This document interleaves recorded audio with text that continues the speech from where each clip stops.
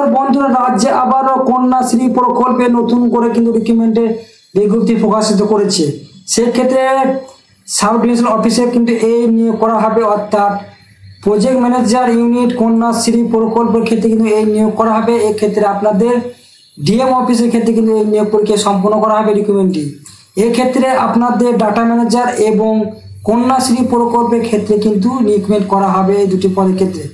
এক্ষেত্রে আপনাদের 27/8/2025 আপনাদের বিকাল 5:30টার মধ্যে প্রত্যেক প্রার্থীকে কিন্তু আবেদন প্রক্রিয়া সম্পন্ন করতে হবে।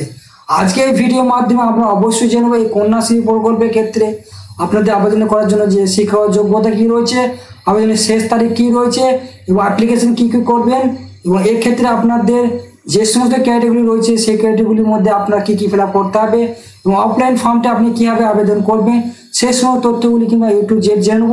এবং অ্যাপ্লিকেশন করার পর আপনাদের যে সমস্ত যাবতীয় ডকুমেন্টসগুলি লাগবে সেই ডকুমেন্টসগুলি কী কী রয়েছে এবং কোথায় এই অ্যাপ্লিকেশন আপনি সাবমিট করবেন সেই সমস্ত তথ্যগুলি কিন্তু আমরা A to Z অবশ্যই আজকে ভিডিওর মাধ্যমে জেনব।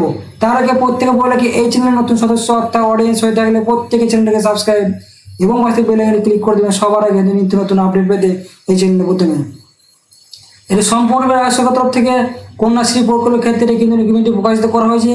জানি যে ডিস্ট্রিক্ট ম্যাজিস্ট্রেট অফিসের তরফ থেকে কিন্তু এই কন্যাশ্রী প্রকল্পের ক্ষেত্রে রিক্রুটমেন্ট করা হচ্ছে। অ্যাপ্লিকেশন ইনভিটেড এলিজিবল ক্যান্ডিডেট, অর্থাৎ অবশ্যই এলিজিবল ক্যান্ডিডেট এখানে আবেদন করতে হবে। সেক্ষেত্রে আপনার ডাটা ম্যানেজার পদের ক্ষেত্রে কিন্তু নিয়োগ করা হবে কন্যাশ্রী প্রকল্পের ক্ষেত্রে। আবেদনের শেষ তারিখ কী বলেছে? 27/8/2025 তারিখের মধ্যে প্রত্যেক প্রার্থী কিন্তু আবেদন প্রক্রিয়া সম্পূর্ণ করতে হবে। এক্ষেত্রে আপনাদের পোস্টের ডিটেলস কী রয়েছে কন্যাশ্রী প্রকল্পের ক্ষেত্রে সেই তথ্যগুলি কিন্তু আজকে ভিডিওর মধ্যে অবশ্যই জেনে নেব।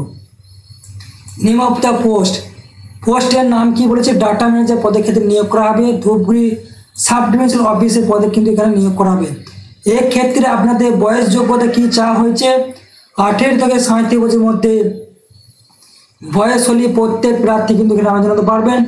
সেক্ষেত্রে 1/1/2025 তারিখ অনুযায়ী প্রত্যেকের বয়স কিন্তু গণনা করা হবে। কোয়ালিফিকেশন কি চাওয়া হয়েছে? মিনিমাম আপনাকে কিন্তু গ্র্যাজুয়েশন পাস করে থাকতে হবে, এর পাশাপাশি কম্পিউটার সার্টিফিকেট কিন্তু অবশ্যই থাকতে হবে, তাহলে কিন্তু আবেদন করতে পারবেন। সেক্ষেত্রে কম্পিউটার কিন্তু আপনার বেসিক নলেজ কিন্তু থাকতে হবে। টাইপিং টেস্ট কিন্তু নেওয়া হবে পরবর্তী। অবশ্যই কিন্তু জলপাইগুড়ি ডিস্ট্রিক্টে কিন্তু আপনাকে রেসিডেন্ট হতে হবে, তবেই কিন্তু এখানে আবেদন করতে পারবেন। জব রেসপন্সিবিলিটি কী রয়েছে? আপনাকে ব্লক ওয়াইজ কিন্তু কাজ করতে হবে কন্যাশ্রী পদের ক্ষেত্রে। এই কন্যাশ্রী প্রকল্পের ক্ষেত্রে আপনাদের কিন্তু প্রতি মাসে 16,000 টাকা বেতন পেয়ে যাবেন। আবেদনের শেষ তারিখ কী হয়েছে আগেই জানিয়েছি, 27/8/2025 মধ্যে বিকাল 5:30 মধ্যে প্রত্যেক প্রার্থী কিন্তু আবেদন প্রক্রিয়া সম্পন্ন করতে হবে।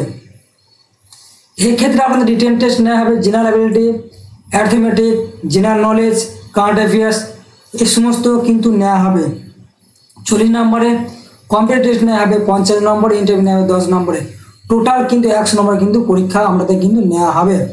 এই যে অফলাইন ফর্মটি দেখতে পাচ্ছেন, এই অফলাইন ফর্মটিকে আপনাদের A4 সাইজে কিন্তু প্রিন্ট আউট করতে হবে। প্রিন্ট আউট করে নেওয়ার পর প্রত্যেকে সুন্দরভাবে কিন্তু হাতে কলমে প্রত্যেকে কিন্তু ফিল আপ করতে হবে। তাই বন্ধুরা প্রত্যেকে কিন্তু মনোযোগ করে এই ভিডিওটি দেখবেন ফিল আপ করার পদ্ধতিটি, নাহলে কিন্তু ভুল হয়ে গেলে কিন্তু প্রত্যেকের অ্যাপ্লিকেশনে কিন্তু আমাদের কিন্তু রিজেক্ট হয়ে যেতে পারে। Application for the post of data manager পদের ক্ষেত্রে নিয়োগ করা হবে। DPMU কন্যাশ্রী প্রকল্প জলপাইগুড়ি ডিস্ট্রিক্টে প্রকাশিত করা হয়েছে।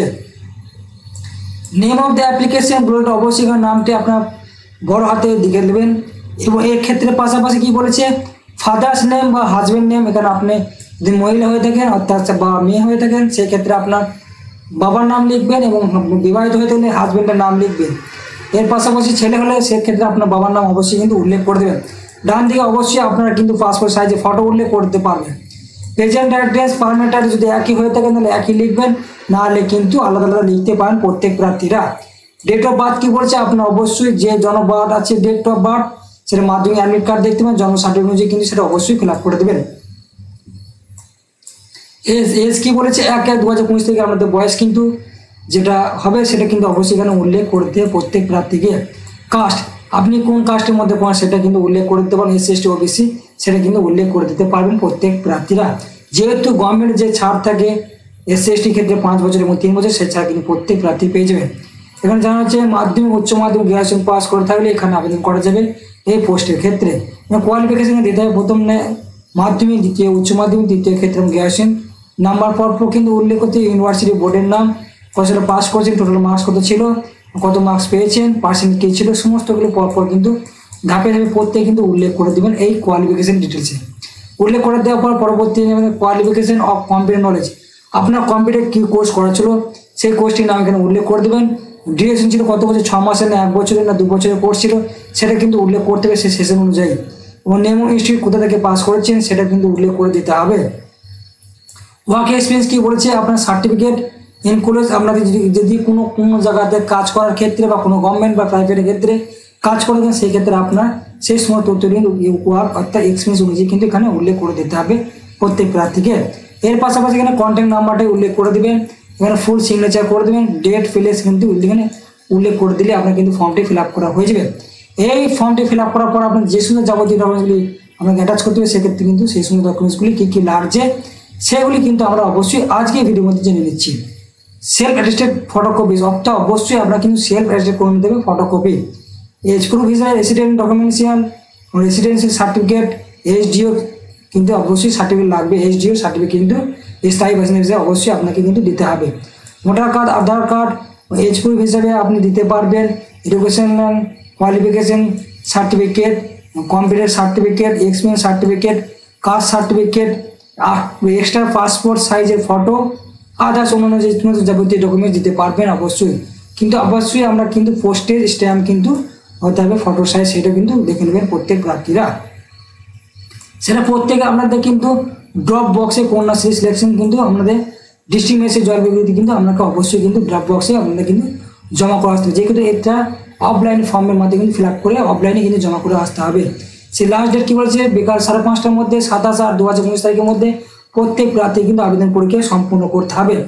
অবশ্যই অ্যাপ্লিকেশন ফিল আপ কিন্তু ব্লক লেটার, ক্যাপিটাল লেটার কিন্তু করবেন, সেটা কিন্তু অবশ্যই খামবন্ধের উপরে কিন্তু লিখে রাখবেন, সেটা কিন্তু প্রত্যেকে কিন্তু লিখবেন। পার্মানেন্ট রেসিডেন্ট কিন্তু হতে হবে জলপাইগুড়ি ডিস্ট্রিক্ট, অর্থাৎ অবশ্যই আপনাকে জলপাইগুড়ি ডিস্ট্রিক্টে কিন্তু বাসিন্দা হতে হবে, তবেই কিন্তু এখানে আবেদন জানাতে পারবেন প্রত্যেক প্রার্থীরা।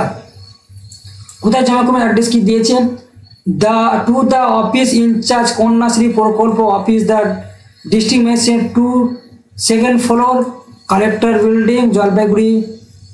Throw register post by Indian post অনলিও করতে পারবেন বা কুরিয়ার সার্ভিসও করতে পারবেন। নো কুরিয়ার সার্ভিস, অর্থাৎ পোস্ট অফিসের মাধ্যমে কিন্তু পাঠানো হবে না, কুরিয়ারের মাধ্যমে কিন্তু পাঠাতে পারবেন না। পোস্ট অফিসের মাধ্যমে পাঠাতে পারবেন কিন্তু কুরিয়ারের মাধ্যমে কিন্তু পাঠাতে পারবেন না।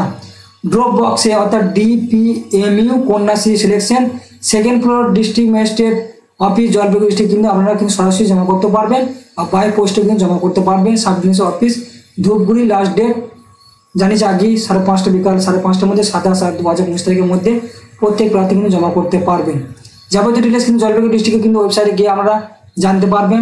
এখানে ডাটা ম্যানেজার এবং কন্যাশ্রী প্রকল্পের ক্ষেত্রে কিন্তু এই নিয়োগটি করা হচ্ছে। যদি আপনার কোনো ইনকমপ্লিট থাকে ফর্ম, সেক্ষেত্রে আপনার কিন্তু ফর্মটি রিজেক্ট করে দেওয়া হবে, সেই তথ্যটাও কিন্তু এখানে জানিয়ে দিয়েছে। তাই প্রত্যেকে আজকে ভিডিওটি যাবতীয় তথ্যগুলি A to Z ভালো করে জেনে বুঝে তারপরে কিন্তু অ্যাপ্লিকেশন করবেন। সেক্ষেত্রে অফলাইন ফর্মটিকে সুন্দরভাবে কিন্তু হাতে কলমে ফিল আপ করবেন, যেহেতু কোনো ভুল ত্রুটি থাকলে ফর্মটা কিন্তু রিজেক্ট হয়ে যেতে পারে, সেদিকে লক্ষ্য রেখে প্রত্যেককে কিন্তু সম্পূর্ণ ভিডিওটি আরও একবার যাচাই করে দেখে নিয়ে তারপর কিন্তু অ্যাপ্লিকেশন করবেন। যাবতীয় ডকুমেন্টস কিন্তু যে কাজে রেখে তারপর অফলাইন ফর্মটি কিন্তু ফিল আপ করবেন। আপনি কোন জেলা থেকে দেখছেন অবশ্যই কমেন্টে জানাবেন। পরবর্তীতে এই ধরনের লেটেস্ট আপডেট পেতে সবার আগে এই চ্যানেল কিন্তু সাবস্ক্রাইব করতে কিন্তু ভুলবেন না। পরবর্তী লেটেস্ট আপডেট কিন্তু এই চ্যানেলের মাধ্যমে সবার আগে কিন্তু পেয়ে যাবেন। আজকের ভিডিও দেখার জন্য প্রত্যেক অনেক অসংখ্য ধন্যবাদ জানাই যে আপডেট চ্যানেলের পক্ষ থেকে।